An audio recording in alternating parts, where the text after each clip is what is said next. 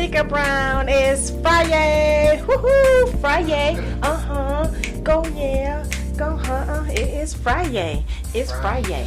It's Friday. It's Friday. What y'all doing this Friday? Like Friday and yay together. Yeah. You don't know? Shoot, you be excited this Friday. Not because we just living for the weekend, but just because it's like you get to exhale and say, it's the weekend, so we do kind of be looking for the weekend when you, especially when you grinding. When you got a 9 to 5, I used to say I didn't want to live for the weekend, but sometimes you can't help it. Sometimes you just can't help it because that's the time when you get to spend time with your friends and family. Other than that, you working. I mean, you probably get to spend time with them during the week, but it's like for maybe an hour or so, a few hours, because you know what. I don't think that Yahweh meant for us to live this way.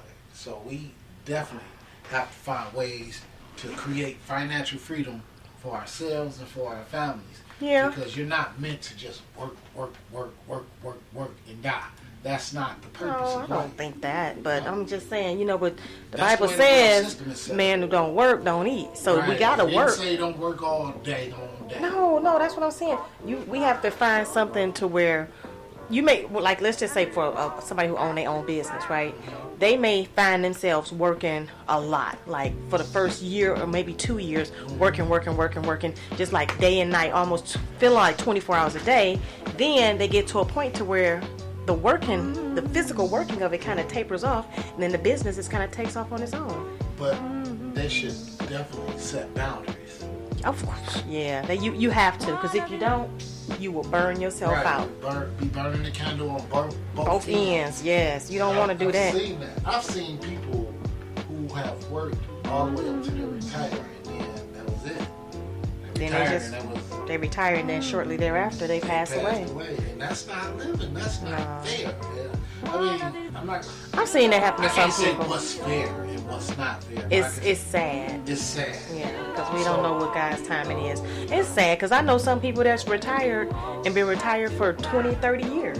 They've been retired a long time. It all depends. It just all depends on the person. Yeah, I get what you're saying. So what you have to do is, like, after you work that 9 to 5 and you are in a retired state or a retired mode, then you need to, find something to be productive with your time, with your day. Preferably, this is just me, giving back.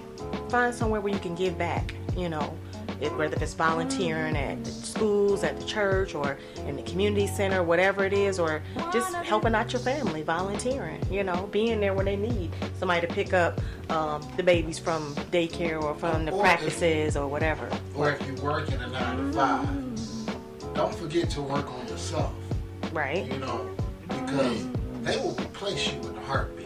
I've seen it at a position where I was just working recently, and a guy on our team passed away, and he was replaced the next day or two. You know what? That's odd that you said that, because that also happened with the company that I work for. It was sad, and people knew this person, but they had a job they still had a job that needed to be done. So guess what they did? They filled that position. That's what I'm trying to tell you. So don't let these jobs work you. Find a way to give you and your family financial freedom to where you're not working yourself to death. Or, and sometimes some people, they have to work like that, and they may not be able to find that avenue to where they can do that. So in that aspect, there's always an avenue, like the financial planning and stuff you used to do. That you still do. What a financial planning. I would, you know what? To be honest, I would love to be able to do that full time and have that to financially sustain for replace my income, and maybe even above that. And I believe that it could have. But at the beginning, though, it does require a lot of work. And in that process, you do learn some stuff. That's the point where I'm trying to get to. I know, but I was making a point too. The point I was making is that in the beginning, you do have to put in a lot of work. The point that I was trying to make, that there is an escape to running the rat race. Right. That's true. And that is so true. With the financial planning, there are certain funds that you can invest in from your regular work that will give you financial freedom from the rat race. that will set you and your family up for, if you don't even make it this generation, at least set it up for the next generation so they won't have to work so hard. Right. Yeah. Yeah. And and I'm not that's trying to be, very important. You know, a lot of times when I am going to work or coming from work, I see a lot of other people jogging and playing and enjoying their life. And I'm looking like, well, how do they have time to do this all day?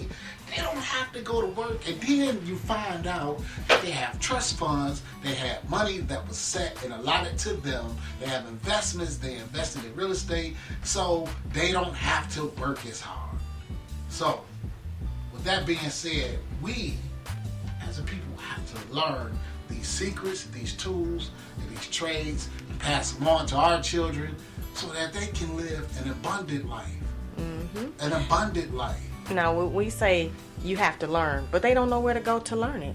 So research. Google will tell you everywhere to go. That's where. So what's the name of some of the funds? That's what I'm not going. I don't Can listen. You say? Listen. I'm always playing double dutch over here again. Good Lord, I can't get a word in. I'm trying to tell you, if you don't know something, ask. And if you don't know who to ask me. I can give you some information. So you can join us on the chat in if you want to on Spreaker.com, or you can inbox us on Facebook or DM us on Instagram, and I can share some of this stuff with you. So that way, I don't want us all to just continue to have to run. Because if you keep running, you're going to run out of gas. If you don't take time to go to the gas station and refuel your car, it's going to run out of gas. If we don't take time to refuel our bodies, our spirits, if we don't take time to refuel our mind, we're going to burn out. We're going to run out of gas. You don't want to run out of gas. No, Have you ever been on the road and you ran out of gas? Yeah, and that's no fun. That's no fun at all. I didn't know. That didn't happen to me, but I know somebody no, I'm not trying to be funny. For real. I know somebody that happened to, and we had to go and help them and bring them some gas. Yeah. I remember that? Yeah. And that was like, oh my gosh. And I was thinking to myself, y'all weren't checking the gas gauge?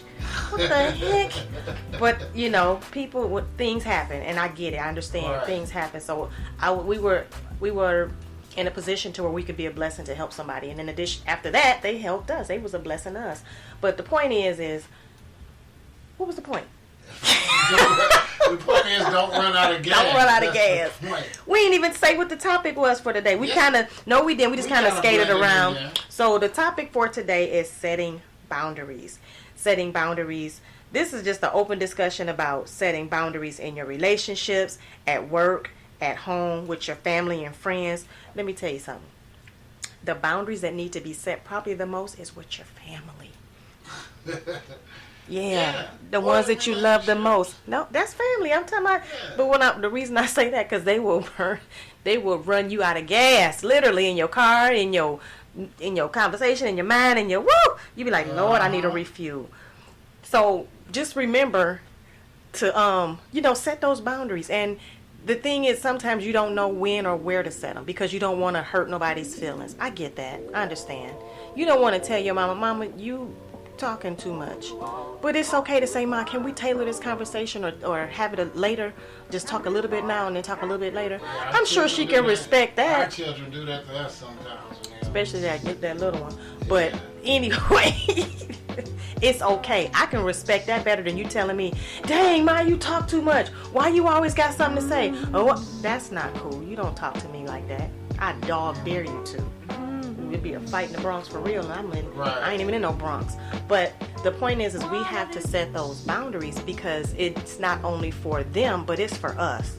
Because if we don't, we will find ourselves unraveling. We will find ourselves frustrated when that person is calling, or when you have to interact with that person, or when you have to interact at work, because you're not setting those boundaries. You're not telling those people, yes, I can do this, but no, I'm not going to do this right now because it's a little too much on my plate. Don't be fearful to say no.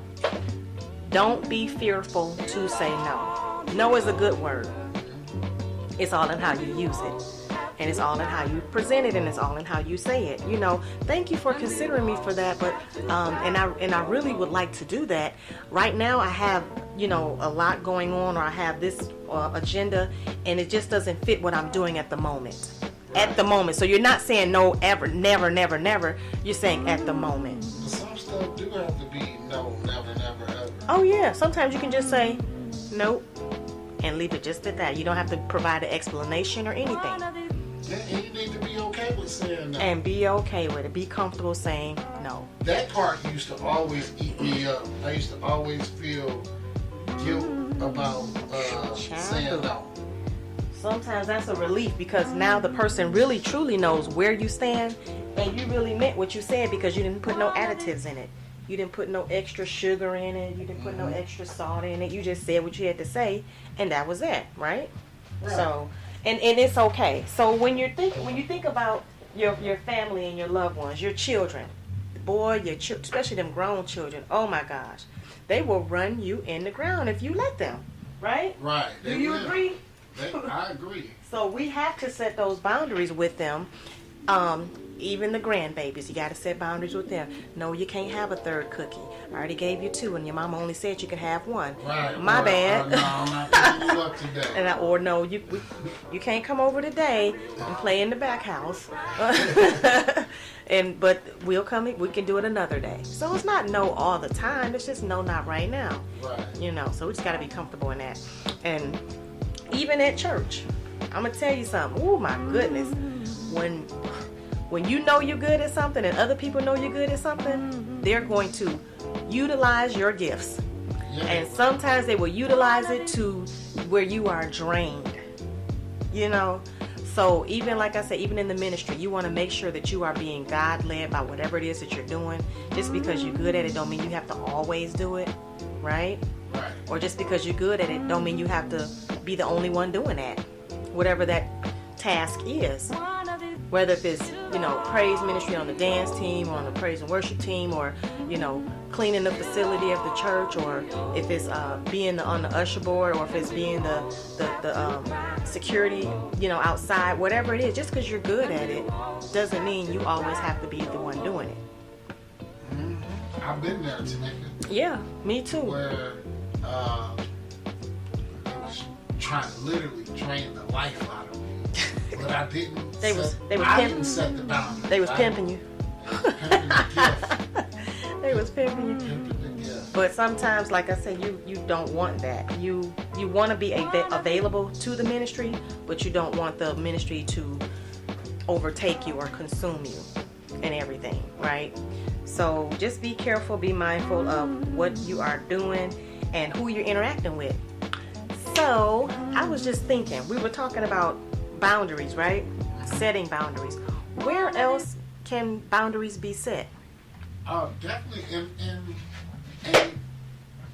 how you say it? Not platonic relationships, and what's the other one? Where man and a woman relationship. Oh, friend relationships is No. What? You said it platonic, Romantic right? relationships. Oh, boyfriend, girlfriend? Yeah. Keep it basic. Because platonic is friend and friend. Okay. And then I forgot the terminology they use for romantic relationships. So It's old school boyfriend, girlfriend. Yeah.